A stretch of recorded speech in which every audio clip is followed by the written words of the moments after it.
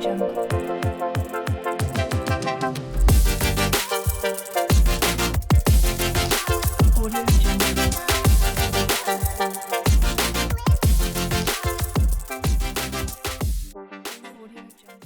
Estamos de volta com Intermanas, falando sobre recolocação. Já estamos no nosso 4º episódio. Os 3 foram muito legais, porque a gente... bem conectadinhos, Gosto né? disso. Começamos pelo currículo, fomos lá pro LinkedIn. famoso LinkedIn, depois o networking, e agora vamos dar continuidade? Agora é a hora do vamos ver. Agora é a hora do vamos ver. Vamos falar sobre o quê? A entrevista. Ai, que ainda é o pânico. Pânico. Quando a pessoa recebe, a pessoa, ela quer muito se recolocar. Ela manda o currículo, ela entra no LinkedIn, faz as conexões. Quando ela recebe a ligação de você foi selecionado para participar de uma entrevista, aí já começa a tremedeira. Já. A crise de ansiedade. Palpitação, suadeira na mão. Exatamente. E no último episódio, fechamos você falando das novas modalidades aí de entrevista. Muitas. Inclusive, recentemente não, né? Já há um tempo, eu participei de uma entrevista, Pri, via WhatsApp. Ai, é terrível, né? Achei estranhíssimo, porque você tinha que falar muito correto para ir à capital que você estava falando. Transcrever. Exatamente. E submeter. Eu nunca tinha visto isso. Na época, eu estava participando de uma mentoria, até comentei com a minha mentora, eu falei... eu tô muito atrasada ou as coisas estão muito evoluídas. Porque realmente, assim, uma entrevista online, né? A presencial era mais... A gente acostumou a usar o Meeting, o Zoom, o Teams, né? É tranquilo. Mas você conversar com o IA é uma coisa... É desafiadora, né? E esquisitíssima, e né, Pri? Sabendo que muitas vezes o poder de análise e o julgamento dela... é muito mais implacável do que o humano. Que o de um ser humano. Do que o humano. Porque o ser humano, ele passa por alguns aspectos subjetivos, né? Desde, poxa, me identifiquei com a tua postura, com a tua imagem, você super simpática ou não me identifiquei. De começo parece que o santo não bate, né? Mas com a IA... é muito mais difícil, né? Eu achei... Foi uma experiência... Eu acho que Tudo se eu precisasse passar novamente, acho que a gente seria acaba... um pouco melhor. Seria uma coisa menos desconfortável, porque você ali sabe como se posicionar, mas que eu ainda não... Eu acho que eu, Patrícia, não consigo ainda me adaptar a essa realidade. Mas, Pri, como falamos desde o início, tudo foi passando por um processo, né? Tudo foi tendo uma evolução, melhorias... Sim. As coisas foram mudando. E as entrevistas também foram mudando ao longo aí dos anos. E hoje em dia, qual é o foco principal de uma entrevista? Bom, eu acho que a principal mudança que aconteceu, e aí vou falar dos últimos 20 anos, tá? A entrevista, há muito tempo, ela deixou de ser aquela coisa técnica, cara crachá, até porque você tem muitos recursos hoje para testar tecnicamente a pessoa, para avaliar o comportamento da pessoa. Então, as entrevistas, elas têm um foco muito comportamental. Então, eu como RH, ou eu como dona daquela posição, eu sempre vou tentar investigar como você se comporta diante de algumas situações para prever como é que você vai se comportar quando você estiver aqui no meu dia a dia, né? Então, essa coisa que, né, no começo dos anos 2000 falava sobre o surgimento da entrevista por competência, eu acho que mais do que surgiu, ela se consolidou realmente, né? Eu quero saber como você reage a algumas situações para poder prever você aqui dentro do meu cenário, tá? Então, não existe mais a entrevista cara crachá, né? Tem muitos mecanismos para você se certificar que tecnicamente aquela pessoa é muito boa. Então, esteja preparado, preparada para responder questões mais profundas e mais desafiadoras. Porque outra coisa que é importante, né? Pra gente, já é desafiador falar de coisas boas, de coisas que deram certo. E na entrevista, quando alguém te pergunta sobre uma coisa que deu errado? sobre uma frustração, sobre um Uhum. fracasso, cara, ali você perde a noção do tempo, você perde o rumo de casa, né? Então, esteja preparado para entrevistas e conversas cada vez mais profundas, não só com seres humanos, mas mais profundas com as ferramentas de inteligência artificial Uhum. também. Também. Que a gente tem visto aí também que tem sido uma coisa que frequente, né? Frequente. Frequente. E Pri, tem ainda também o pavor que eu já falei no começo, né? O pavor da tal da entrevista. Então, tô lá, quero me recolocar. Achei uma vaga, mandei meu currículo, recebi aqui a ligação. Como que eu me preparo para esta entrevista? Gente, sucesso numa entrevista depende de 3 fatores, tá? Fator número 1, você precisa ter o mínimo de conhecimento sobre o que é importante para cada um dos seus interlocutores. O que é importante para a pessoa do RH, o que é importante para a pessoa que é dona daquela posição, Sim. né? Quantas vezes eu brinco com isso, tem gente que fica brava quando eu falo. Recrutar é uma dor.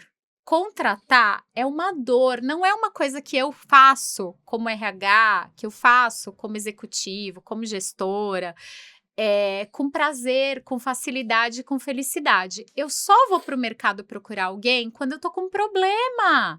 Ou alguém me deixou na mão, ou eu recebi uma nova demanda que eu não tenho para quem entregar, que eu mesma não dou conta de fazer. Então eu vou buscar um profissional porque tem alguma coisa doendo. Uhum. E quando esse profissional se solidariza minimamente com o que eu estou sentindo, com o que é o meu problema, ele já ganha muitos pontos, né? Então, a entrevista não é um lugar para você ser somente inquirido, para você ser somente questionado e responder.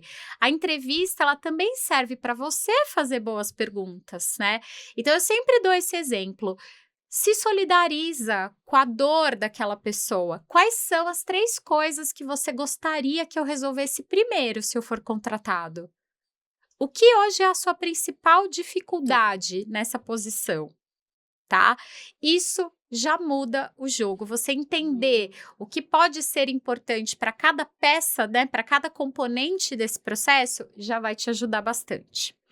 Outra coisa importante, construir repertório. Eu não posso ir para uma entrevista só lendo o site da empresa, só entendendo, né, quais são os valores, a missão, a visão, o produto, o serviço, a solução.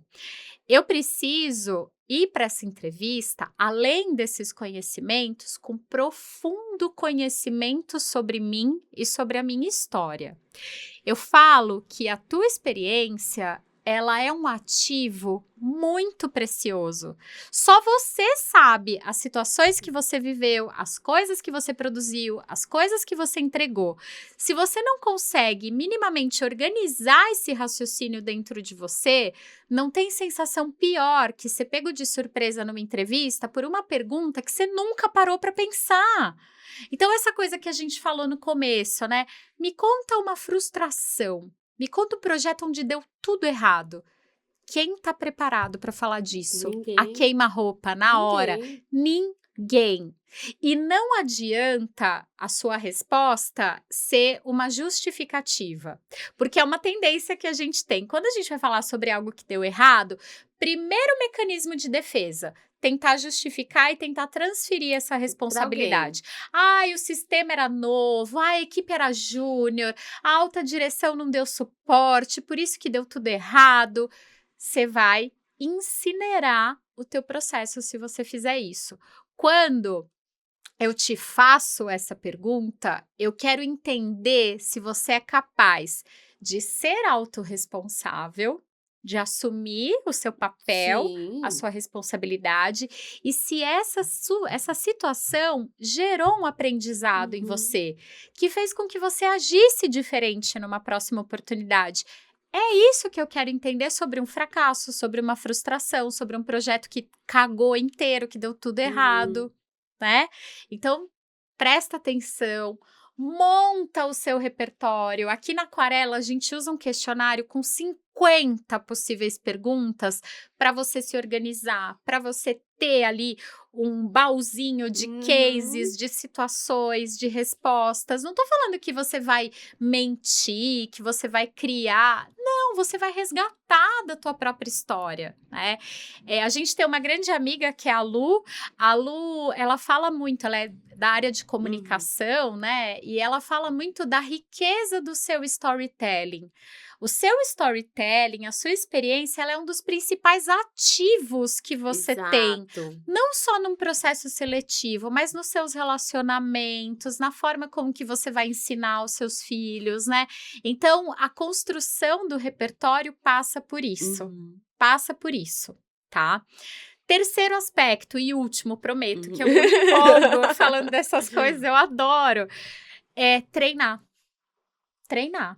Mesma coisa que ir para academia, puxar ferro, andar na esteira.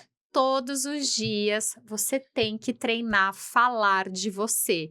Ai, Priscila, mas eu vou parecer uma doida, um doido lá na frente do espelho. Sabe o que eu recomendo sempre? Deixa o seu repertório ali na telinha do seu computador, pendura o seu celular ali na frente e se grava contando essas histórias, se grava respondendo essas perguntas. Ou, quando você tem o prazer de ter um conselheiro, uma conselheira de carreira, né, um consultor de carreira, parte indiscutível desse processo vai ser a simulação de entrevista. Vai ser a simulação. E em todos os níveis, tá? Tem simulação que é combinada, é acordada. Ó, eu vou te ligar tal dia, tal hora, a gente vai simular. E tem simulações ocultas, que a pessoa te aborda, uma terceira pessoa, com uma oportunidade e vai checar teu comportamento de fio a pavio, do início ao fim do processo, né? Então, treinar é super importante. Só para a gente fechar. Entender o que é importante para cada interlocutor do processo seletivo. Construir um bom repertório que me deixe confortável, que me deixe seguro de que não vou ser pego de surpresa. E treinar, treinar, treinar. Não tem como fugir disso. Não adianta falar que na hora a iluminação vem e você vai se dar bem. Já vi muita coisa dando muito errado. E hoje, gente, a gente precisa valorizar a oportunidade da entrevista. Pensa, você começa num processo que tinha 3.000 pessoas. E aí a ferramenta transformou essas 3.000 pessoas em 30. E aí as inteligências artificiais continuam o trabalho dela e transformam essas 30 pessoas em 2. Você e mais uma. Nossa. Como é que você vai pôr tudo isso a perder sem se preparar para a entrevista? Não tem como. Não dá. Não dá. A menos que a pessoa realmente não queira, né? Se eu não tiver afim, né? Mas, mesmo assim, é difícil, né? Se eu não tiver afim, eu passar por todas essas etapas. Por todas essas etapas. Ser escolhido entre 3. Não, gente, por favor, por favor. Não dá. Eu acho que foi maravilhoso.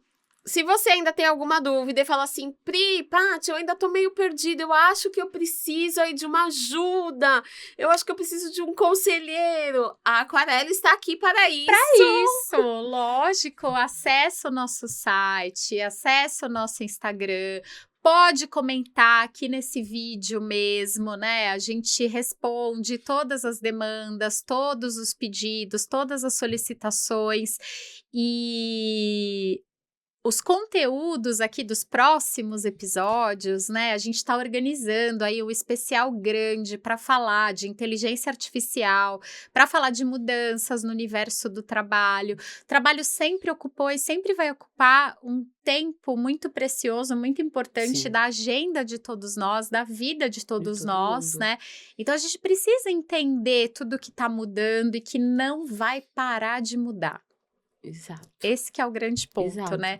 Não haverá estabilidade. Nunca, né? Nunca houve e não será agora nesse universo tão evoluído, tão tecnológico, tão de IA que vai sossegar. Exatamente. A tendência é sempre...